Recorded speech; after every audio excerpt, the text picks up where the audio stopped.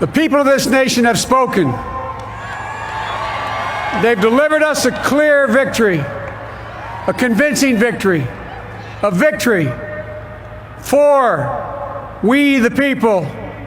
We've won with the most votes ever cast on a presidential ticket in the history of the nation. 74 million.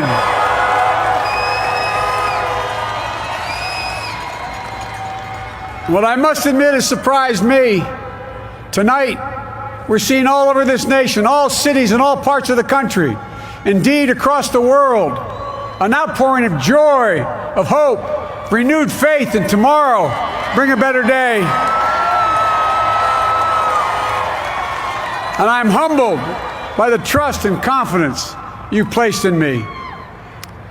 I pledge to be a president who seeks not to divide, but unify.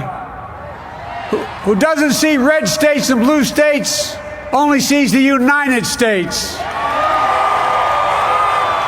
And work with all my heart, with the confidence of the whole people, to win the confidence of all of you. And for that is what America, I believe, is about. It's about people. And that's what our administration will be all about. I sought this office to restore the soul of America, to rebuild the backbone of this nation, the middle class, and to make America respected around the world again, and to unite us here at home. It's the honor of my lifetime that so many millions of Americans have voted for that vision. And now, the work of making that vision is real. It's a task, the task of our time. Folks, as I said many times before, I'm Jill's husband. And I would not be here without her love and tireless support of Jill and my son Hunter and Ashley, my daughter, and all our grandchildren and their spouses and all our family. They're my heart.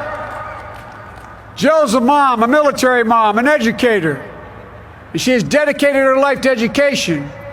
But teaching isn't just what she does, it's who she is. For American educators, this is a great day for y'all. You're going to have one of your own in the White House. And Jill's going to make a great First Lady. I'm so proud of her.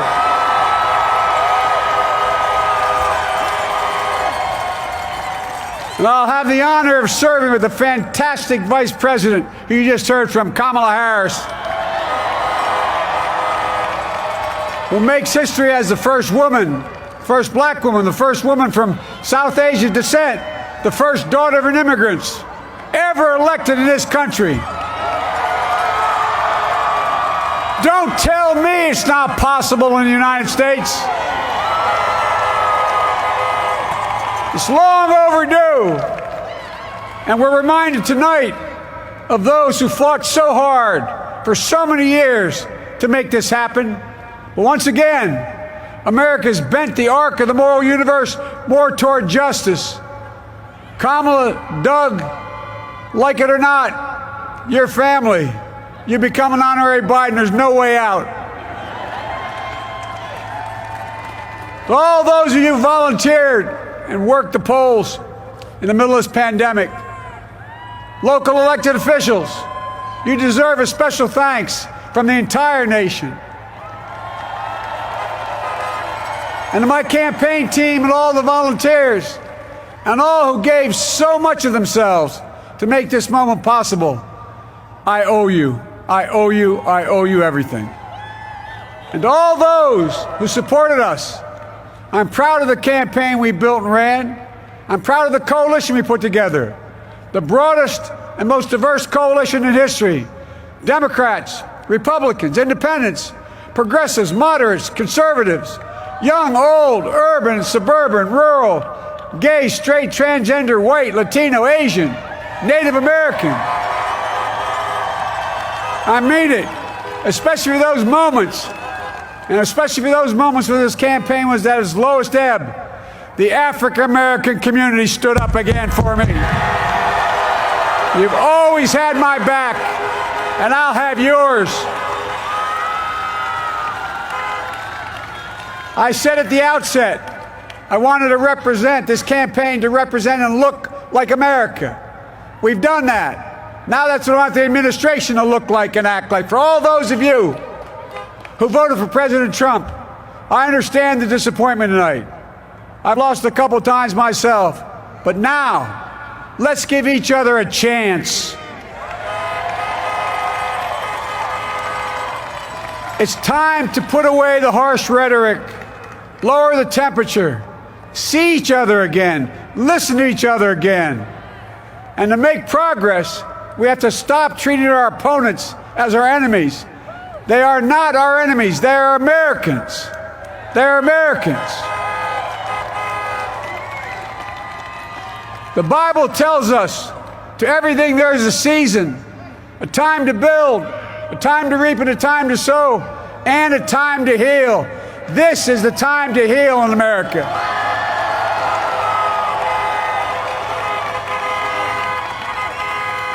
Now this campaign is over. What is the will of the people? What is our mandate? I believe it's this. Americans have called upon us to marshal the forces of decency, the forces of fairness, to marshal the forces of science and the forces of hope in the great battles of our time. The battle to control the virus, the battle to build prosperity, the battle to secure your family's health care, the battle to achieve racial justice and root out systemic racism in this country, and the battle to save our planet by getting climate under control, the battle to restore decency, defend democracy, and give everybody in this country a fair shot. That's all they're asking for, a fair shot. Folks, our work begins with getting COVID under control. We cannot repair the economy, restore our vitality, or relish life's most precious moments, hugging our grandchildren, our children, our birthdays, weddings, graduations, all the moments that matter most to us until we get it under control. On Monday, I will name a group of leading scientists and experts as transition advisors to help take the Biden-Harris COVID plan and convert it into an action blueprint that will start on January the 20th, 2021. That plan will be built on bedrock science. It will be constructed out of compassion, empathy, and concern. I will spare no effort, none, or any commitment to turn around this pandemic. Folks, I'm a proud Democrat, but I will govern as an American president.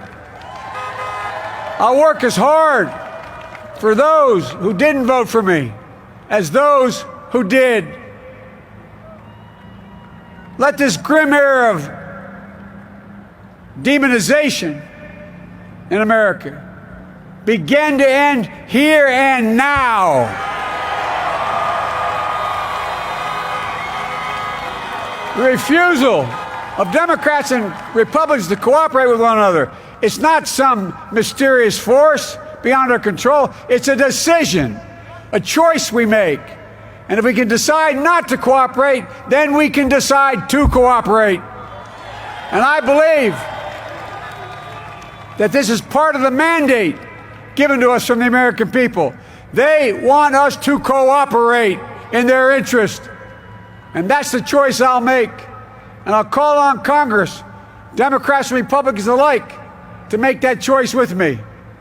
The American story is about slow yet steadily widening the opportunities in America. And make no mistake, too many dreams have been deferred for too long. We must make the promises of the country real for everybody, no matter their race, their ethnicity, their faith, their identity, or their disability.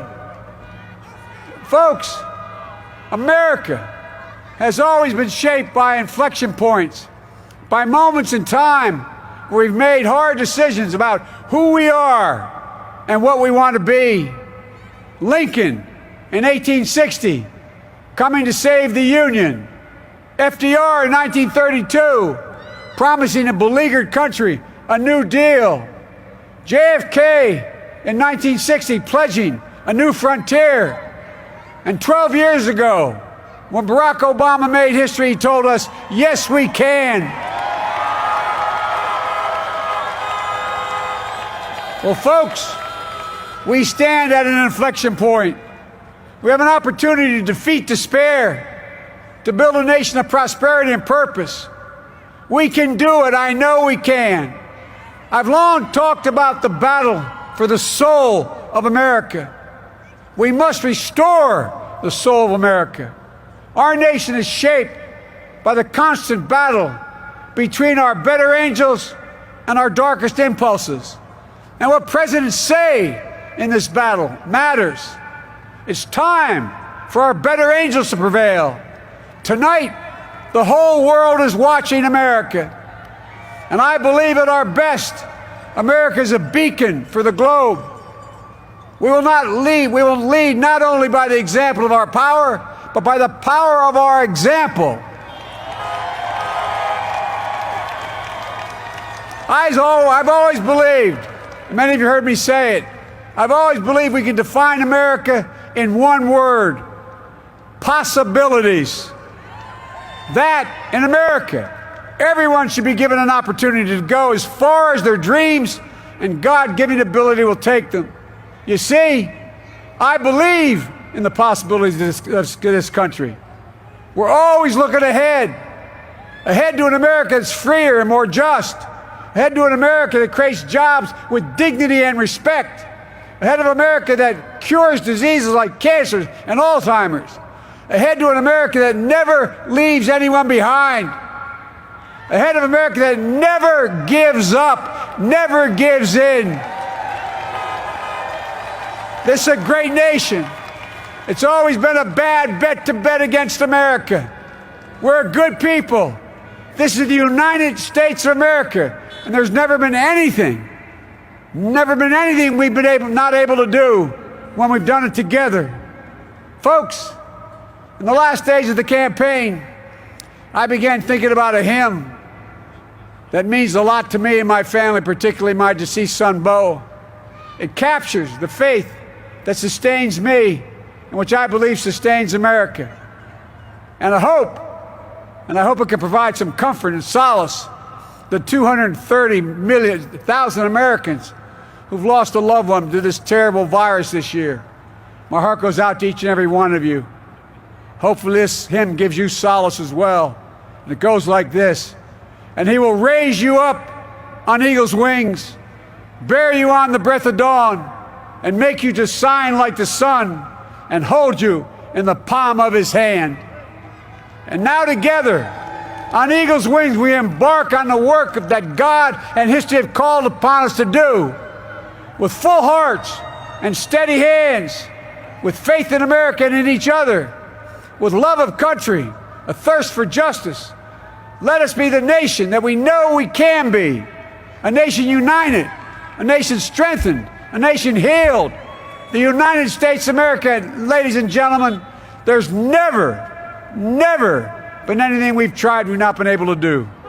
So remember, as our grandpapa used to say when I walked out of his home when I was a kid up in Scranton, he said, "Joey, keep the faith." And our grandmother, when she was alive, she yelled, "No, Joey, spread it. Spread the faith." God love you all.